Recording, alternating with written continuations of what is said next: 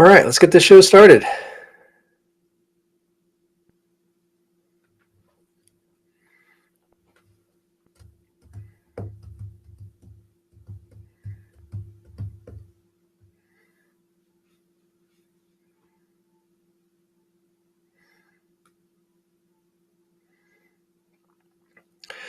Welcome to IoTA for Tuesday, July 19th, 2016. I'm Tony Lynn. IoTA is a daily news podcast focused on the Internet of Things. Welcome to our inaugural show. Today is the first day of what I hope to be many shows, giving you the information Internet of Things and how it impacts you. We are basing the format very closely on the show called the Daily Tech News Show by Tom Merritt, one of my favorite shows. Watch it, listen to it daily. If you don't listen to it, if you're not familiar with it, I suggest you get it. Keeps you completely up to date. Great show. Feel free to donate to their Patreon as well. Format of this show may change over time, but at least this gives us a starting point. And we're going to do our best and see how this goes. But now for the top headlines of the day. Softbank buys ARM for $32 billion. That's B with a B. Billion with a B rather. ARM designs chips for phones and computers and position as a leader of IoT. ARM is a UK company, and the purchase is attributed to the recent Brexit, which has sent the value of the pound tumbling, giving Softbank an opportunity to come in and snatch it up for good price. Softbank says that their plan is to double the number of ARM employees to 4,000 over the next year. This is a very, very important thing from the standpoint of the kind of money that is going into this. Is just phenomenal. There's a lot of talk already out there about how much money is going to be spent in IoT over the next several years. And this actually, gives some credence to that. And SoftBank getting involved in it is a very important thing. We'll talk more about this as we proceed.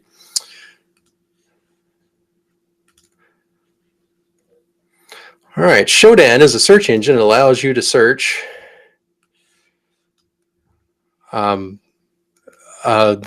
search for any device that's connected to the internet, including many IoT devices. Whoops. Gotta love these first day jitters, huh?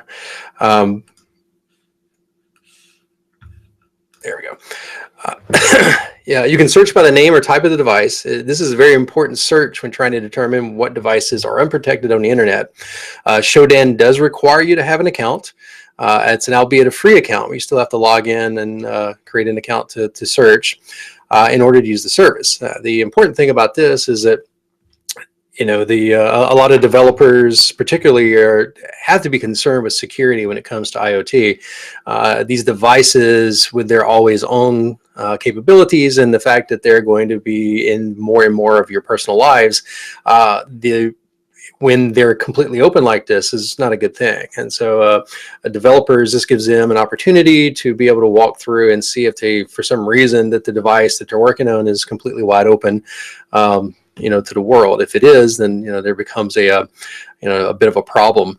One of these things that particularly as new developers get into this is the complete lack of security. So we definitely want to get more of this into it. So go check out and see if any of the stuff that you're working on is there. If so, you know what to do.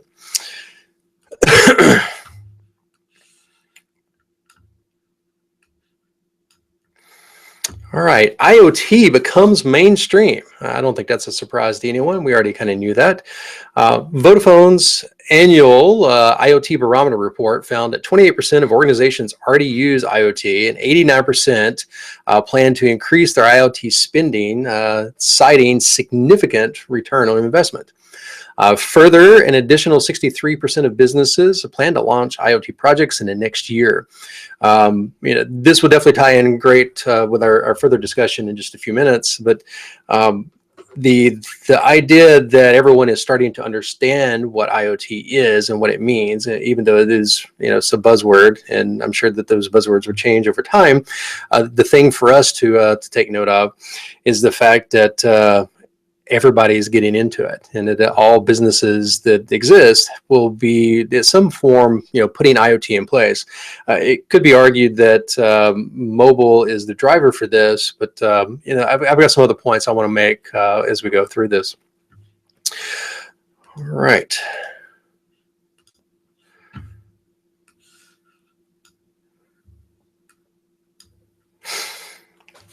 The White House just announced a $400 million push for IoT and wireless technologies headed by the National Science Foundation.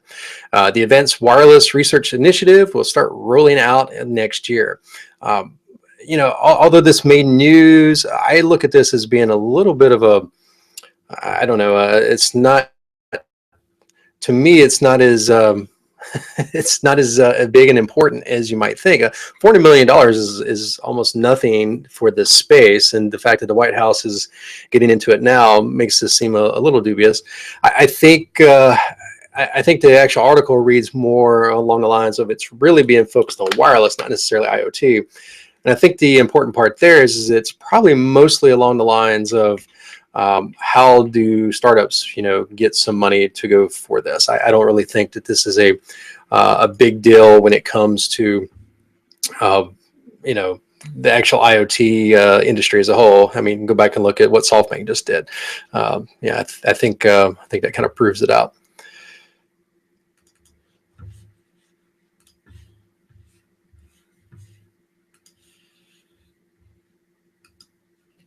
All right. Now, a recent blog post by Kelton Tech states that the healthcare will improve by IoT in 4 primary ways over the next several years. This is just a blog post, and it's mostly an opinion piece. But the interesting things that it brings up is that as a patient, that we'll be able to see some gains over the next several years in 4 different places. One is a change in the diagnostic landscapes, that doctors will be able to have much more personalized diagnosis of what might be going on with you as a patient. Once that has happened, then there's the whole personalized healthcare treatment, which you now get what you need in order to become well. Thirdly, is that the wearable patient-centric care devices will become more important. I think this actually ties in with the personal healthcare treatment. You've already seen this a lot with internet startups here in Atlanta. There is a incubator called NeuroLaunch, and at NeuroLaunch itself, they spend a lot of time trying to find ways to increase the neurosciences as a whole, and a lot of the companies coming out of that actually tend to be very device specific, whether it's a wearable Fitbit type device or something else. So I do think that there's a huge upside to this. And then finally, the cognitive computing and machine learning, where these devices will capture lots and lots of data with you, and then from that turn around and give the doctor the ability to really have more data points and start to figure out exactly what's going on. I do think that this is a very important thing to have, and from that standpoint, the same incubator also has something called CyberLaunch, which is where they're trying to figure out, now how to do some of those greater things as well. Lots of money being spent on this. I do think it's a great thing.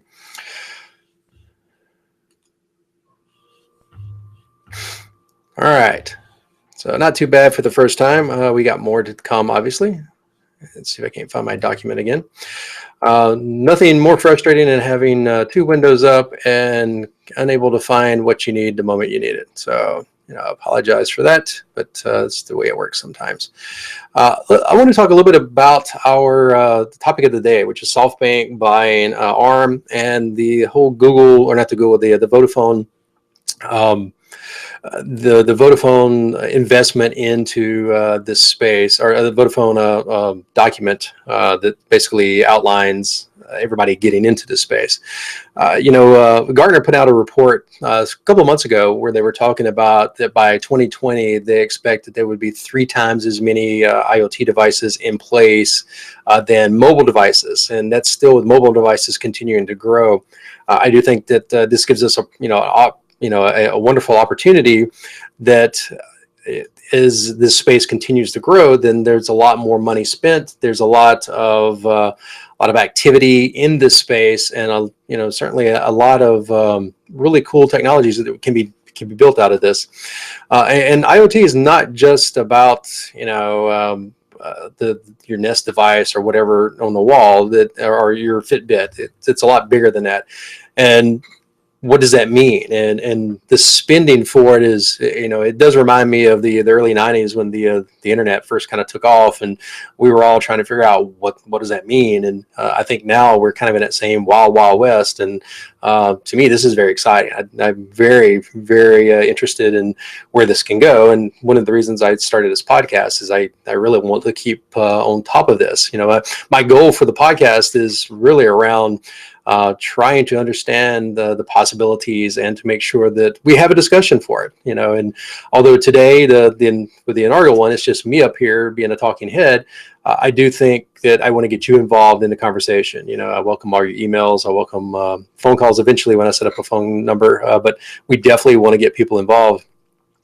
And these kind of investments by Softbank and the Vodafone and Gartner are really just kind of proving this point out, is that we are on the next big thing, and hopefully it doesn't turn into a bubble like it was in the late 90s. But we'll have to wait and see. But let's start the discussion now and have a little fun with it. Before we leave, I want to do a pick of the day. That's something that I picked up from Daily Tech News Show, and I do think it's very interesting to get things out. Now, I'm a software developer by trade. I've been developing software for pretty much all my life. I'm also an archaeologist. We won't really talk about that today. But when I first got interested in IoT, there was, I was trying to figure out, well, what does this really mean? Is this just my Nest thermostat? Is this just, my Apple Watch, my Fitbit? And most people have that same sort of understanding that, it's wearables or it's, something in the home. My most favorite device of all time right now is the Amazon Echo. She gets me. No, I'm just teasing.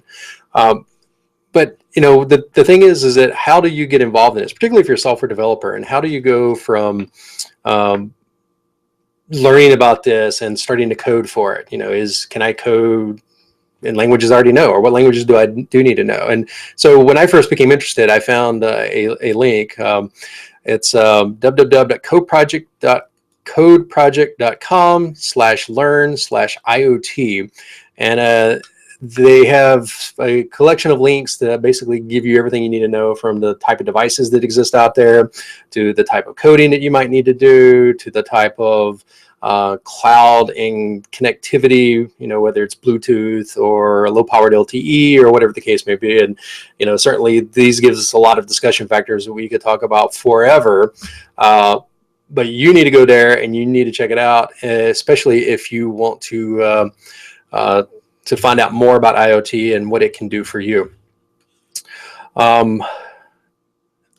So outside of that, I think we've reached our first day. Let's get a little jazz on the way out. I'm going to take it down just a little bit.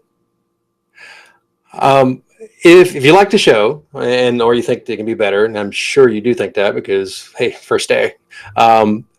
Let's continue this. One of the things that we want to do is keep this as independent as we can. We don't necessarily want it tied to any company. I don't want it sponsored. I really want this to be an open, honest discussion between you and I. So set up a Patreon. If you like what you see, go to iota.tunnelmuck.com or patreon.com/tunnelmuck and feel free to donate. If you want to participate, our email address is tunnelmuck@gmail.com. Or you can find me at Tunnelmuck on Twitter, and find out any of my projects at www.tunnelmuck.com. Outside of that, hopefully we'll build a little audience here and get you involved. But hey, great first show, guys. See you soon.